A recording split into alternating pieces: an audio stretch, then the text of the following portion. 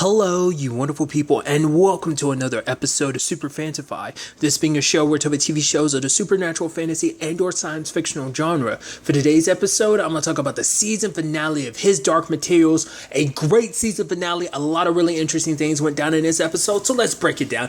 Obviously, Lyra's reunion with Azrael isn't what she thought it was, because it's like, hey, the fact of the matter is, like, because for him it's so interesting, because it seems like he constantly underestimates her, because it's like, oh, you got here on Yurik's back, and then it's like, how did it, almost like a little girl like you make it all this way. It's like, I went through a lot to get here, but the fact of the matter is, it's like, why did you lie about being my dad? The fact of the matter is, I would have been proud. My dad is Lord Azrael, and that would have meant a lot to her, And so he's like, oh, do you know who your mother is? And she's like, yeah, it seems like your choice in women is just as bad as your choice in bears. And he laughs, but he stops himself because he's like, no, it's going to get too emotional. So it's like, for him, whatever it is with Lyra, it's so weird because it seems like he wants something to do with her. Like, I don't know, it seems like, I don't know whether it's just some part of himself that he's keeping buried. Like, for example, that he wants to be with her, he wants to recognize her as his daughter, but for what he needs to do, it's like, I can't let emotions get in the way. I can't let having a family get in the way. What I'm doing is too important. That's what I'm kind of getting from that. And it's just like, he's like, oh, you're stronger than this. You don't need to be putting your emotions in, because it's like, oh, you're crying. It's like, well, for one, she's a little girl, and she, the person that she went her entire life thinking was her uncle is actually her dad. And when she shows up, hey, dad, it's like you turn her away. So it's like anyone would kind of break from that. That's some like heavy, major, emotional trauma, And so even her being like, oh, I'm not even using your last name. My name is Silvertongue. He's like, well, you don't even want to use my last name anymore. It's like, why would I use the last name of someone who doesn't care about me? Silvertongue was given to me by someone who actually wants me and loves me, So it is that interesting thing. And even home dude that's there with, Azrael is saying like, you're going to leave and everything, sure, but you need to tell her at the very least. You are her father. You owe her, you at least saying goodbye to her instead of just leaving out of nowhere. Because even her, she is like, the fact of the matter is, what kind of, father are you or whatever. The kind of like basically everything that she's been through, bring him the lithiometer. He doesn't even want it. He's like, I didn't say I didn't want it. I said, I don't need it. It's yours. But it's like, and he was like, but that's the thing. At no point did I ever claim to be a father. So once again, it's kind of like, you're once again not taking responsibility. And like I said, in his own way, I think he believes he's doing the right thing. Now, obviously, there's a complicated thing, like I said, because it isn't what, in her mind, Lyra thought like, oh, this be the grand reunion. And like, yeah, I know who you are. You'd be so excited to see me. And even she talks about it, it's like, he almost looked annoyed that I was here. And even Roger's like, yeah, he kind of looked at me weird. He was kind of pissed at you, but then he got calmed down when he looked at me. It's almost like, he looked at me like he was a wolf or something, And then, there's a whole conversation between Roger and Lyra I thought was kind of pretty nice. The whole like, the fact is I'm here because of you and you're here because of me. The fact of the matter is you kind of change each other's lives in a way. It's like, and I, hope that you still keep, I like that you've changed my life. And Lyra's like, well, I can't promise I won't keep changing. And it's like that friendship they have, especially for him. He was like, for him, he's always never really cared to know about his parents. That's why he never looked for them. So for Roger, it's like the only family and only person he really cares about is Lyra. Other than that, he doesn't need anything or anyone else. And it's like, so for him, that's why he thought like, that's why he's like, oh, here's Lyra. It's like, he felt better about the fact is that, hey, maybe she doesn't have her parents either, because it's like, it brings their friendship even deeper of like, oh, you have this connection. The fact of the matter is that makes their bond kind of as friends and family even stronger. So it's like, won't we both go back to pretending like, we're both orphans again, so, because I mean, like, truth be told, in Lyra's case, is like finding out who her parents were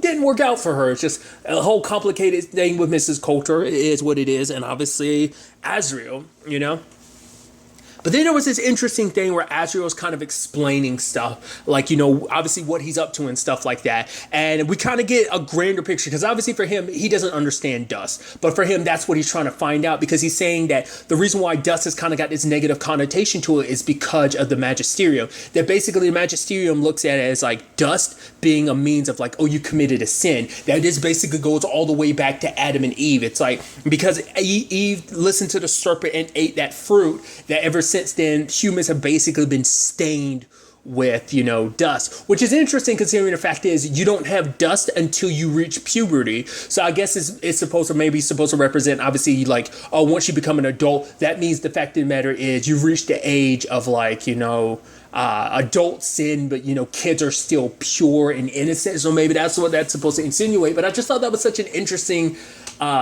discussion, especially for him, because what makes him so mad about this whole situation is, like, with dust, we don't understand it. We don't really know anything. The magisterium has put its own little twist to make it so that it's like, oh, this is sin, you're sinful and stuff like that. But that's the thing for him. It's like we're literally being berated and brought down by a sin of someone eating a fruit all this time ago, yet we're still kind of paying for that sin. But all for him too, it's like the magisterium just puts this, it makes it in a means of allowing them, they're trying to spread this propaganda of dust being this evil thing so that they can get more people under the control. That's how he looks at it. And then and Lyra brings up a really interesting perspective that I really enjoyed, where she was basically like, now she thinks she understands her mom a little bit more. It's like all Miss Coulter's doing, cutting kids away from their demons, she's trying to get rid of dust, right?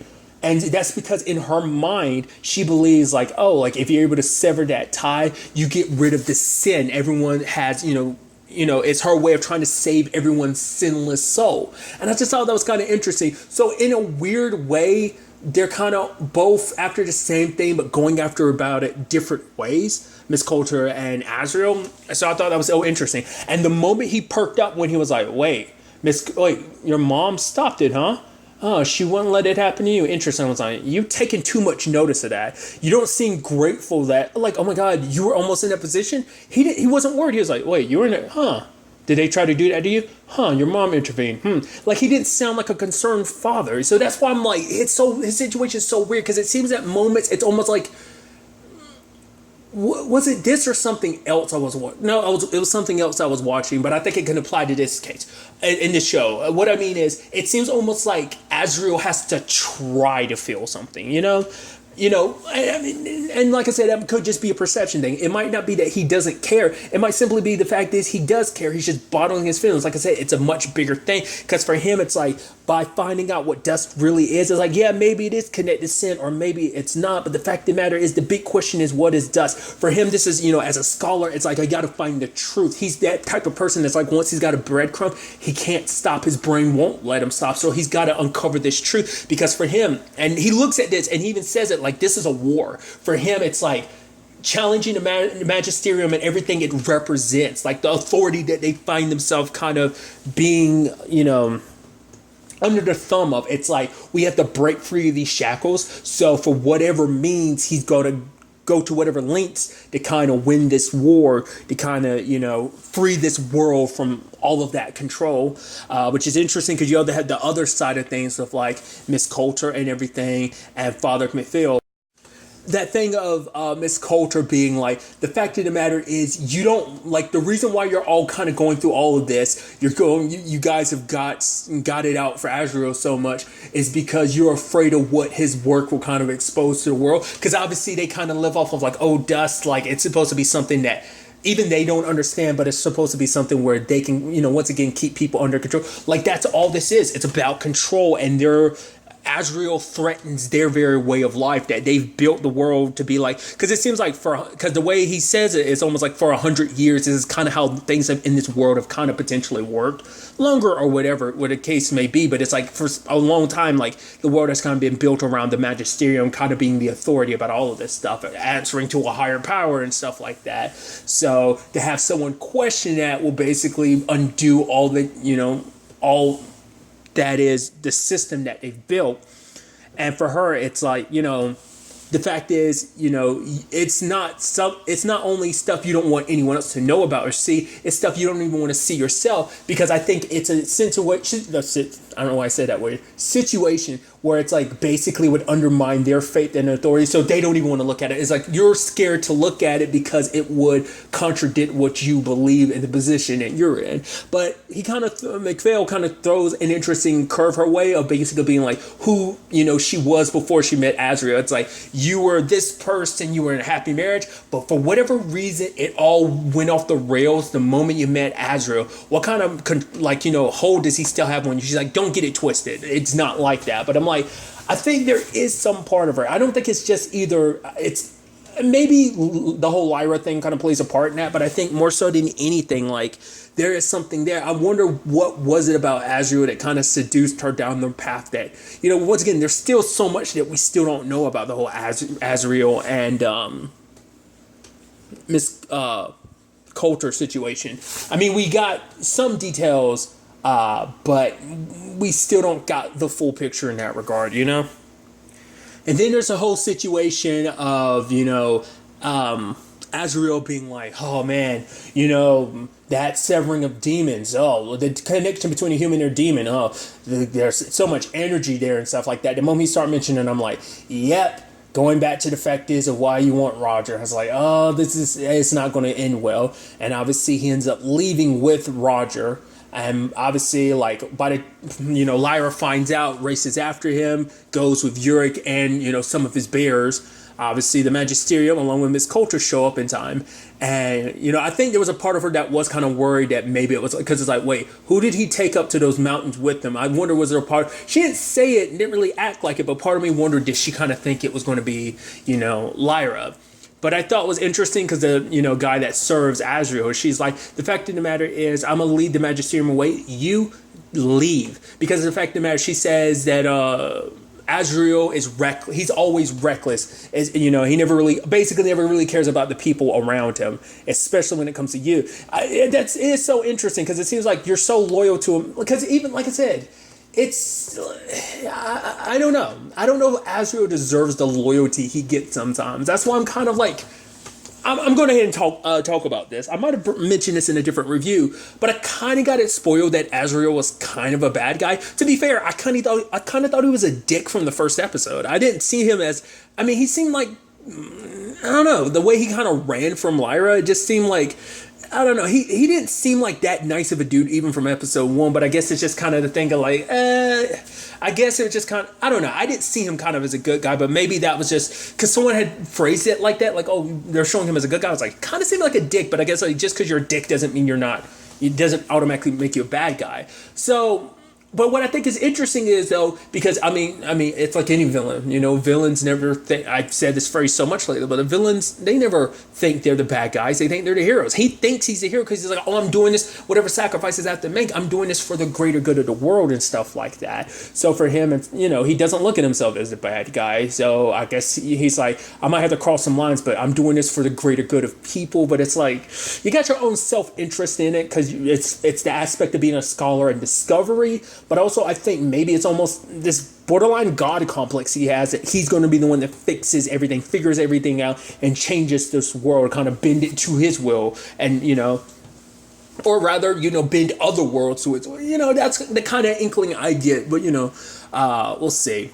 It is kind of a shame, and it's also interesting too, Miss Coulter, obviously, everything about her daughter, Lyra and everything. It's like, oh, and you're firing at those bears, not even realizing, hey, your daughter's down there. So it's, I guess that's so ironic because she cares so much about Lyra and like, Lyra being here with Lyra is where she wants to be, kind of skipping around me saying that. But the fact of the matter is just, I find that ironic because you could have easily killed her. And once again, I always find that interesting too. Lyra always sadly finds herself in these situations. So like obviously the bears fighting back against the Magisterium, but that's kind of a lot of death around her. Like it's kind of sadly been something that she's kind of experienced quite a few times over the course of the series. While she's racing to try and save Roger. And, I'm skipping ahead and stuff like that. I won't lie to you. I was hoping she would get to Roger. I had a feeling she wouldn't, but I was kind of hoping, it's like, can you get there in time? But it's like, no. All she could do was be there at that last moment to touch Roger's hand when the blade came down. And it's like, holy crap. Because Because even then, you have to admit, you're killing your daughter's best friend. Are you not recognizing how bad that is? But for him, it's like the sacrifices are necessary for this war. And it's like, this is a war, whether anyone realizes it or not. But it's like, it doesn't justify what you've done. And even when given the opportunity, you know, Miss Coulter still didn't put Azrael down. She talked about stopping him, but it's like, I guess maybe just things get kind of a little complicated when she's around him. I guess it kind of makes her fall back in, like, you know, into those feelings of why she fell in love with him in the first place. Because I guess for her, it's like, yeah, you're going about things your own way, but it's like, you know, we're both trying to do good.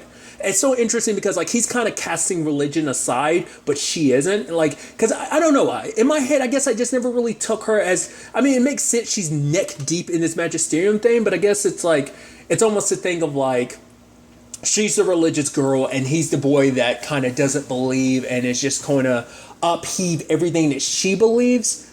But like I said, because she's going about this trying to save lives in her own way, trying to understand dusk and, you know, and everything by her experiments. But obviously that all kind of blew up in her face. And I don't know if there's necessarily going to be a way to kind of pick up those operations again or not, you know. So, and it was this interesting thing where he was basically, you know, you had Azrael being like, yeah, you could say it's for this, you could say it for that, but don't lie to yourself. Like, you can lie about this and lie about that, but don't lie and say that this isn't about your own ambition. Because I guess it's supposed to be showing that Azrael sees a side of her that maybe no one else ever did. Maybe that's kind of what sparked something between them. That maybe for the first time, he saw her for her when no one else would. Maybe that's what it is. And that is the thing that I find interesting, because it's like, she's willing to put their daughter first. And it's like, I can't go with you. But he's like, yeah, all right, fine. You know, once again, because sacrifices are necessary. So if I have to sacrifice my relationship with my daughter, maybe he thinks when it's all said and done, she'll understand it at the end of the day why I did what I did. The fact of the matter is, I did this for the greater good. And once again, that's that phrase to kind of keep in mind, for the greater good. So I think that's kind of interesting. All at the same time, in the other world, you had the whole... I kept wondering why, like, it didn't click in my head or make sense to me why Will was running. But in grand scheme of things, when he was looking on his phone, like, and the cops were there, that cop lady entered the shop or the place he was sitting down at, and he kept updating his phone, like, on the BBC News. And I was like, oh, right. The dude died in your house. You thought, like, oh my God, police are going to be after me. Of course, that's why you ran. It didn't click in my head until he was updating the page over and over again. I was like, right. Obviously, the police are technically looking for you, but they're looking for you for potentially different reasons. Obviously, because of and obviously, Boreal got that message. It's like, okay, so basically, Will's going to lead him to some knife that's in a tower surrounded by angels. I'm like, what does that necessarily entail? We'll kind of have to wait and see. But Boreal wants this knife for whatever reason. I guess this is some, like, cut the threads of fate type of knife. I'm kind of thinking that. It's like, because it just seems like such a special knife and everything. So that's what my mind is. So we'll kind of have to wait and see what that's all about. But obviously, Will's still kind of on the run. Boreal's trying to find him and everything. Doesn't work out for him as much. But now you have, you know, Lyra apologizing to Roger. And it seems like, I mean, at least where things have kind of been set up and where, you know, everything's been kind of laid out, it seems like Roger's death is the betrayal. Because it is weird to kind of use that word betrayal, but I guess it's like, in a sense, she betrayed Roger, all that they have, their relationship, their friendship, because she brought him along. And obviously that guilt riddles her, you know. It's like she can't, you know, it's like, I should have never brought you here. So she's blaming herself, saying that this is my fault. You know, she has to leave her friend behind because it's like, maybe dust isn't something bad like the adults say it is. Maybe it's something we need to protect. Stop Azrael from getting his hands on it, considering what he's done. Once again, he thinks he's a good guy, but it's like, no, you're the bad guy in this situation, so we have to stop you. And I wasn't sure what to make of that situation where Lyra is walking towards the light, and you have, you know, Will kind of finding a window on his side of things. I was almost thinking like Lyra was going to go through and end up in his world. I was like, are you both actually going to switch? Are you going to go to, is Lyra going to go to his world, and then is he going to go to her world? But it seems like that's not the case. And so in my mind, it immediately goes, are they going to meet in the middle? Because it's so interesting too, because the way they set that up, because Will wasn't introduced until like later in the season. So for it to be like him being a key figure in all of this, which also begs the question where his dad is, because obviously his dad's not in his world anymore, and he's not in Lyra's world. So whatever world they end up in, because like I said, I thought they were going to meet, but I guess they are going to meet, but meet in the middle in a different world. And now, obviously, as someone who's unfamiliar with this series, you know, in the aspect of I've never read the books, I'm curious to find out what the world is. Obviously, we can see the parallels just between the world that Will is from and the world that Lyra's from. So, like, are we going to get kind of like some multiverse thing? And like, the fact of the matter is it going to like well, this would be an anime / manga reference to pull. Is it going to be kind of like a Tsubasa Reservoir Chronicles in a sense that you go to another world that's similar yet different from your own? You'll run into people who have similar faces but might be different backgrounds, and the world might be, that's what I'm wondering. Probably not. We're probably not going to do that like that lane of multiverse, but because I was wondering, because it almost seems interesting, because it's like she's technically going into another world, leaving behind like every character she's got introduced to. So I'm like, that's interesting. But then, that might be part of the story, or maybe it's just supposed to represent the fact is that Lyra will eventually be back, or maybe something's going to lead them there to follow, like that's what I was wondering. Like I said, like maybe she'll meet different versions of like, another version of, Roger or Lee or whoever, like is she gonna meet alternate versions of them or not? It's just, once again, it's interesting because like Miss Coulter literally missed Lyra because Lyra was still hiding from her. So I wonder what would have happened in that moment if Miss Coulter had seen Lyra. Like what would have necessarily happened? She probably would have taken her away. But it's like I'm just curious to see what that would be. I also thought was kind of interesting too in that moment of kind of their embrace. I think it was even before they embraced, but when Azriel and Miss Coulter were there together, like their demons were kind of like touching each other. So it's like, I guess, that connection kind of runs deep through even their demons, So all I can say is kind of a super bummer way to end off a season. I don't know what. I was hoping something a little more uplifting. That is a depressing ass ending to a season. I mean, obviously, it's set up for the future and everything, but it's like, oh, did you have to set everything up off the death of Roger? That's a mega bummer. Because, it's like, because it was in that line from between Pan and Lyra of like, it's like, now we're alone again. But it's like, we were always alone, except, when it came to Roger. So it's like that's, like I said, that's just nuts way to kind of end out. And I was wondering if we're going to get a peek into like, what her or Will found on the other side of, those windows or those pathways that they go through. I'm also curious how long that's going to stay open. I guess eventually the power is going to drain. I'm also curious, and once again, because my mind works, it doesn't, because I'm about to say, like, I wonder, is it going to be by the time Lyra comes back has no time passed? But I'm like, no, because obviously anytime Boreal kind of steps in between worlds, like into Will's world from their world, it seems like time moves the same. You haven't really seen any differences, not unless there has been reference to it that I haven't seen. But, so like I said, all this will kind of have to, wait and see where it all takes us. His Dark Materials has been renewed for a second season. Like I said, once again, I really have no idea what direction the show is going in. Obviously, if you read the books, you're more well informed of like, oh, great, we're getting to this, and that. But it's like, for me, I don't know what to make of it. I'm also curious. Do let me know. You don't have to go into spoilers, but I'm curious because I'm always wondering about this adaptation type of situation. Has this entire season been an adaptation of the first book, or is it like, what I mean is like in its whole in its entirety? Because I know certain things, books like this. It kind of works like that. Not always, but maybe it does. So I'm curious, was this entire first season the entire first book in a trilogy, or was it actually just like part of the first book? Let me know. Let me know too, are there any like major differences, even minor ones? I'd love to kind of know about that too. I'll do my own research as well. Obviously, I'm probably not going to read the entire book because obviously, sadly, I'm not much of a book reader, but I have had people recommend it to me like, oh, you should read the book too. So it's like, like I said, I'm not big into reading. That's just how I am. So regardless, I'm on all these tangents and stuff like that. Like I said, I'm super excited to what they're gonna do in season 2. I don't know what to really expect, and that's really cool. So I'm interested to see what ends up going down. But really, that's all I want to talk about. Till the next time we meet, be happy, be safe, love life to the fullest, and enjoy it. Good day and goodbye.